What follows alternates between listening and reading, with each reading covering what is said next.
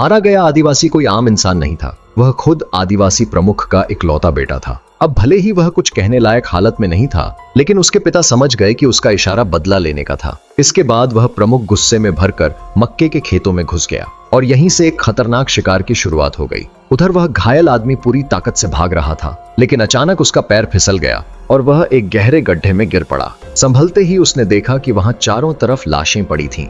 ये देखकर वह समझ गया कि ये उन्हीं आदिवासियों की करतूत है।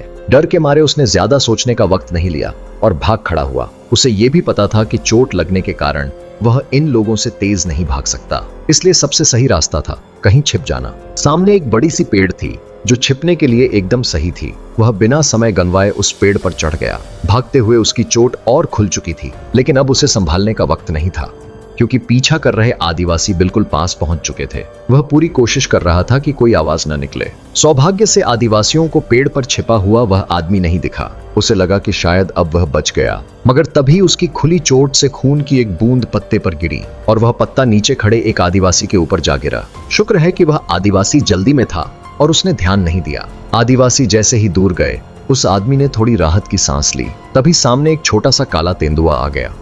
वह घुर्राकर चेतावनी देने लगा, जैसे कह रहा हो कि यह उसका इलाका है। तभी एक और जोरदार दहाड़ सुनाई दी। वो तेंदुए की मां थी। उसे लगा कि आदमी उसके बच्चे को चुराने आया है। उधर आदिवासी जो काफी दूर निकल गए थे, उन्हें अब शक हुआ कि एक घायल आदमी इतनी तेज कैसे भाग सकता है। तभी एक आदिवासी को अपने ही साथी की पीठ पर खून का निशान दिखा। अब सब उसी दिशा में लौटने लगे। उधर आदमी और तेंदुआ आमने सामने आ चुके थे और इसी झगड़े की आवाज से आदिवासियों का ध्यान उधर चला गया। उन्होंने भी दौड़ते हुए उसकी दिशा पकड़ ली। उन्हें क्या पता था कि उस आदमी के पीछे एक तेंदुआ भी दौड़ रहा है। एक आदिवासी जो सबसे तेज भाग रहा था, वह आदमी के और करीब पहुंच गया, लेकिन तभी तेंदुआ झाड़ियों से निकलकर सामने आ गया और वह तेंदुए का शिकार बन गया। बाकी आदिवासी तुरंत उसकी मदद को पहुंचे और अपने भालों से तेंदुए पर हमला कर दिया, मगर तब तक देर हो चुकी थी। तेंदुआ तो मारा गया, लेकिन उनका साथी भी जान से हाथ धो बैठा। उन्हें लगा यह अशुभ संकेत है, क्योंकि उनकी मान्यता में काला तेंदुआ किसी देवता का पुत्र होता है। उधर घायल आदमी को थोड़ी राहत मिली,